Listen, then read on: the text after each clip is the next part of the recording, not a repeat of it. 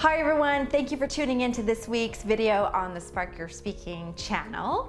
Today we are going to do something a little bit different. In all my other videos, I've listed various important tips that can help improve your public speaking, but today we are going to do a bit of a deep dive into one of those tips so I can really coach you step by step and help you master it. For those of you who are joining for the first time, welcome. My name is Kathy Lee and I'm an international executive speaking coach, and I've helped hundreds of students in 108 different countries elevate their public speaking skills.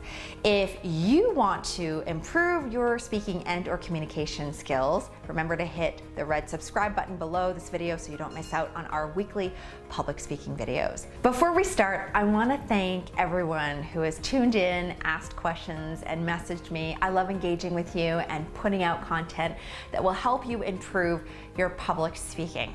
Okay, let's get started.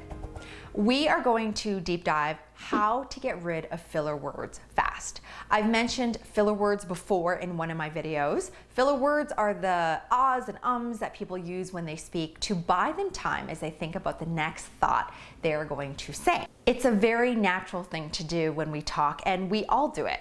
But it becomes an issue when you are using filler words way too often, when it becomes a distraction and now listeners or your audience stop paying attention to what you're saying because they are focusing on your filler words.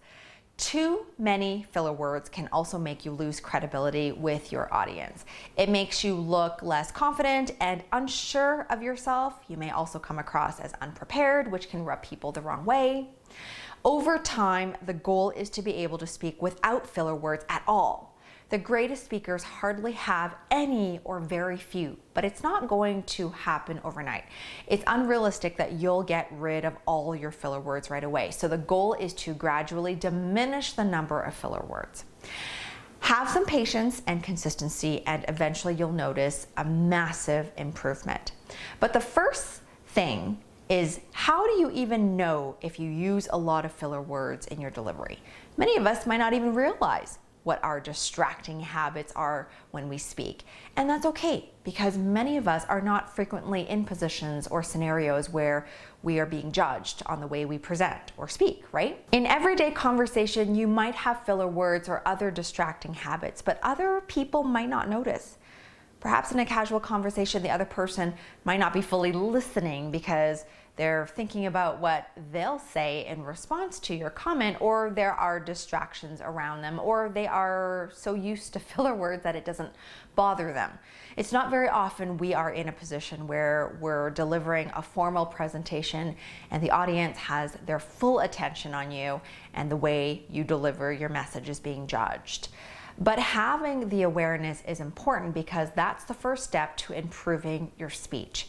And the best way to do it is to record yourself on your phone when you talk. I cannot stress enough how important it is to record and then watch yourself back. It's one of the most effective ways to stopping bad habits almost right away. In order to become a public speaker who is clear, concise, and compelling, you need to be able to identify these ingrained habits or speaking patterns or tics that you have, okay? Once you identify these habits or tics, you can challenge yourself and work towards adjusting them. Now, you can record yourself talking about anything and then watch your delivery back, but I'm going to give you an exercise to help guide you, all right? It's called the ad-lib exercise. I do this a lot with my students. For those who don't know, ad-libbing is the ability to speak freely without any preparation ahead of time. It's one of the most useful skills to have. I want you to take your phone, position it somewhere so that you can capture yourself from the waist up, okay? Record yourself standing up or sitting tall with your arms by your side and be as relaxed as possible. Time yourself for about 1 to 2 minutes speaking about anything. Even if you mess up during the first try, do not stop the exercise. Keep going. This is important because there are a lot of things we can learn about you when you fumble or make a mistake. Remember, there is no judgment here and we aren't looking for perfection, okay? Again, the whole point of this exercise is to see how well you can speak without preparation and a script and to determine what your tics are, okay?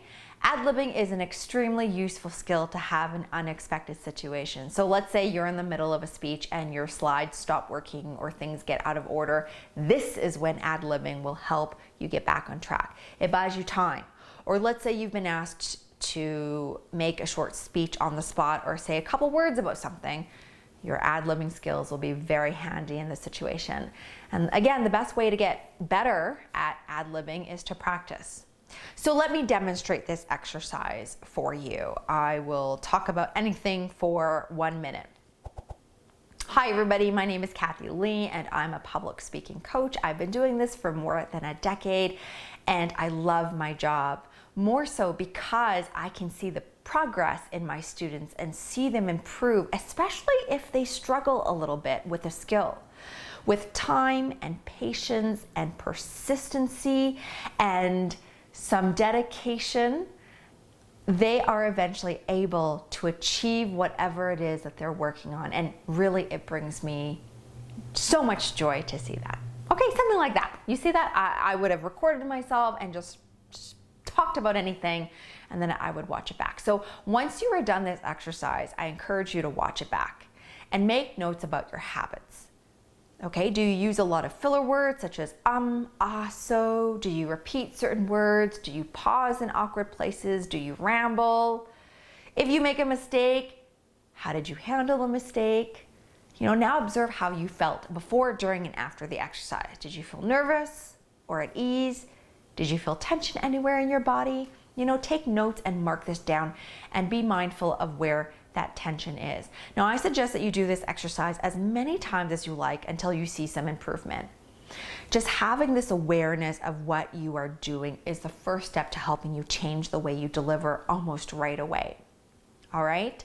And again, there is no judgment, and you are not expected to change and fix things immediately right after you're done. It's about finding the 1 or 2 things that you want to change and make those changes slowly, but be consistent because consistency is the key. Okay, that's all for today, everyone. Just to recap, we went over what filler words are and how it can hurt the quality of your delivery.